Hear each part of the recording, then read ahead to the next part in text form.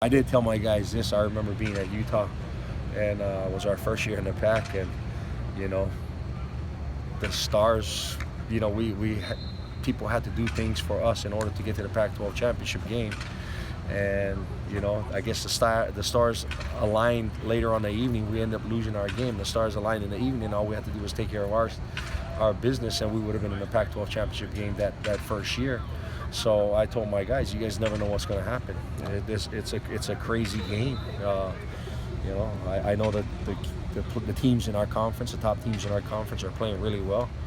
But again, you got to show up every Saturday and play. And we've seen crazy things happen. So again, we just got to play for ourselves, play for the next game. The goal is, like I said, make sure we take care of business week by week and get bowl eligible, number one. That's the number one thing. And then get our seniors to that bowl, and then go on there from there. And you had just been hired, I think, when Drake made his decision.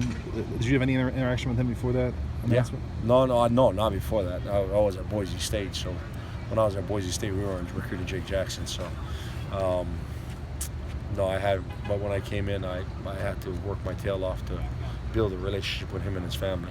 So, yeah. What do you guys have to do to get off the field? I think the stop rate stats, you guys are like 103, and say that again. In the stop rate stats, where they calculate what percentage of where you got to force them to punt or you take the ball away, and in 3 and outs, you guys are number 130. Yeah. What has to happen to get your defense off the field? Tackle. We got to tackle. Period. Tackle, and there's more to it. But the number one thing is tackling. We all see it. It's going to be a big task this week. This quarterback, I don't know what his numbers are like. I don't know where he ranks on the number one scrambling quarterback in the country. He might be the number one scrambling quarterback in the country, because as soon as he feels or sees a hole, he's gone. And we've been working on that. So he's converted a lot of third downs this past season on his feet. So that's going to be number one. Containing number 5, and then number 2 is tackling number 3.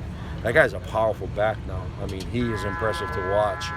He reminds me of number 2 from Utah, and then even the back from UCLA. Those are 3 really good backs in our conference, and he's right there with them. He's a tough physical runner.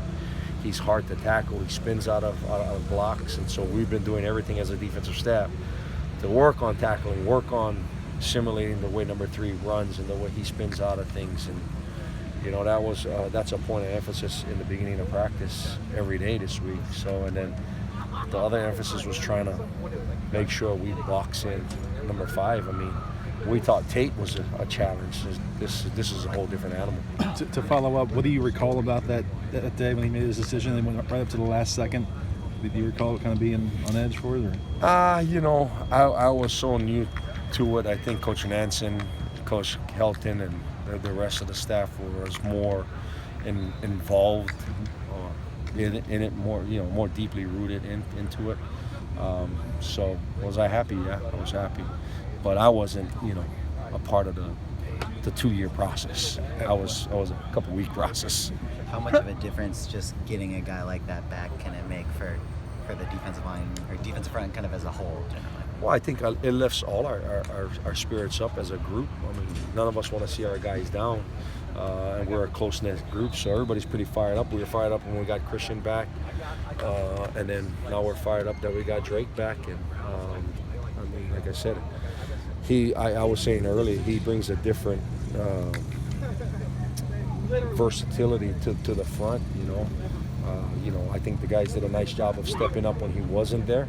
Caleb Tremblay did a really good job, and I was saying Caleb Tremblay's a really good pass rusher also. Just the difference between Drake and Caleb is just Drake has this athleticism that none of my guys have, so, and that allows him to make plays. And not having him obviously kind of affected our numbers. You look at probably our tackle for losses maybe was down a little bit. He's kind of accounted for a lot of that, so it's good to have him back. We're working him back not real fast, slowly. We don't want to rush too many them too much into certain things in practice. The goal was to get them ready for Saturday, and so far so good. What's your concern with Marlon? Marlon's just a little dinged up, and we figure, again, get him there to Saturday. He's one of my starters. I mean, between him and Jay, they had a really good game against Oregon, up front wise. I know the score doesn't reflect it, but those guys played really well up front. And Marlon's a little dinged up, so today's a day that we thought would be a smart decision to sit him out, let him take some mental reps and get some treatment and whatnot. So he'll be fine. That kid's a tough kid, man. He's had knees, he's had hamstrings, he's had backs, and he doesn't blink. I mean, we had to tell him that, hey, listen, we got to shut you down so we can get you healthy. Let's do one more. Okay. You mentioned Jaden being a different animal than Khalil Tate. What is the challenge with him in particular? As I mentioned earlier, he's a different type of scrambler.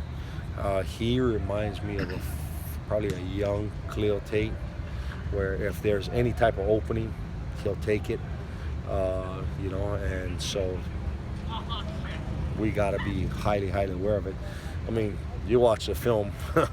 I mean, we broke down so many games, and I calculated 47 scrambles, and every day I'm taking at least 10 bad clips of teams that we broke down, and then try and find 3 or 4 good clips of how people contain them. So there's more bad clips than good clips, so we got our hands full. Thank you. Okay.